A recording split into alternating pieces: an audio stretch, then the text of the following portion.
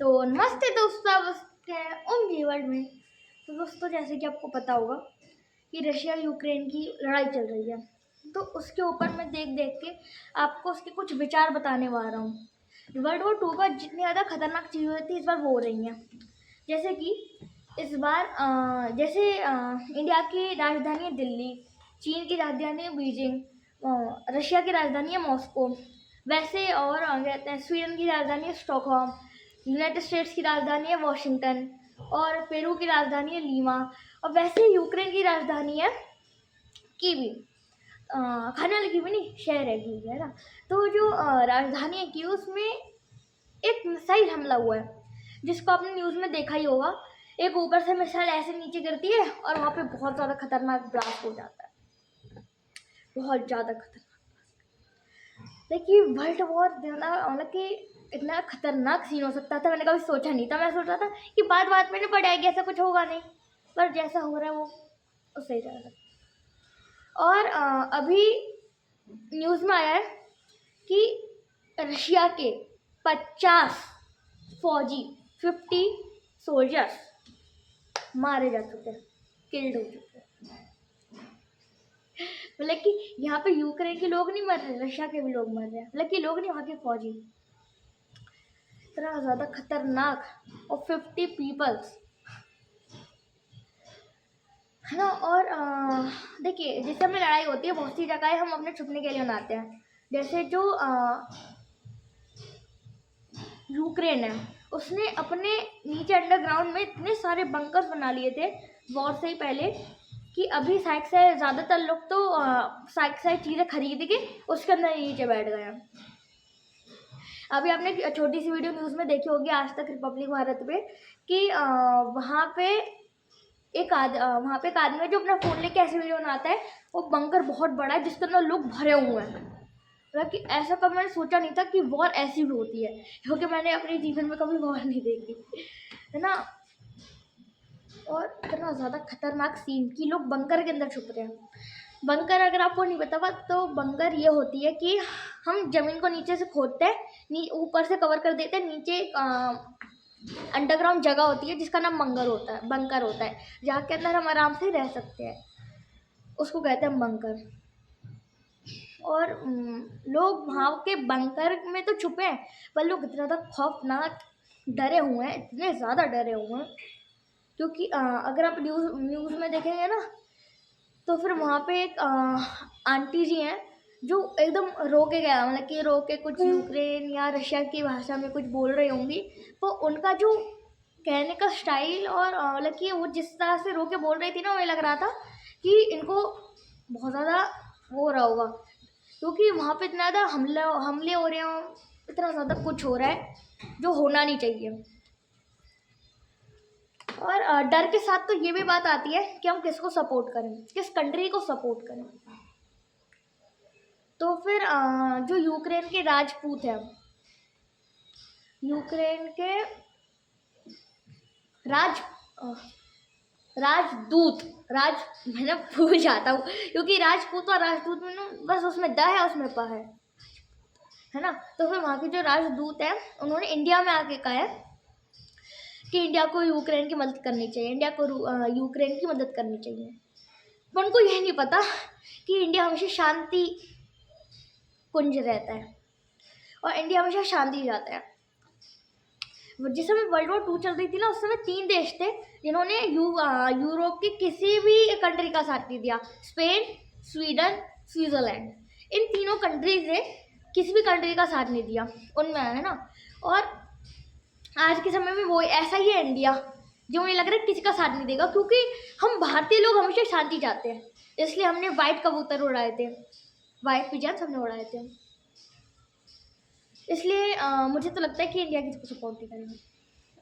अब वॉर की बात है, तो वॉर में तो हमें डिटेल बतानी चाहिए कि कौन कहाँ का, मतलब कि कितने पीपल हैं। तो फिर पहले इस लड़ाई का रीज़न जान लेते हैं। यूक्रेन 1991 से पहले रशिया का हिस्सा था, और आज वो नेटो के साथ जुड़ना चाहता है, पर वो कहते हैं रशिया चाहता नहीं है कि वो नेटो के साथ जुड़े, इसलिए वो उस पर हमला कर रहा है। जिसमें और यूएसए ने 1991 में रशिया के 15 हिस्से कर दिए थे, 15 हिस्से, और बहुत बड़े बड़े। तो फिर ये जो यूक्रेन है इसके पास है 2 लाख सैनिक। 2 लाख सैनिक बहुत ज़्यादा होते हैं। पर जो रशिया है उसके पास तो 8,50,000, 8.5 लाख। तो उससे कितना हुआ? 4 गुना ज़्यादा, 4 गुना ज़्यादा। और जो मेन चीज़ होती है हेलीकॉप्टर्स, और जो सबसे पहले थे टैंक। हम टैंक याद करेंगे। टैंक यूक्रेन के पास है 3,600। और रशिया के पास कितने हैं?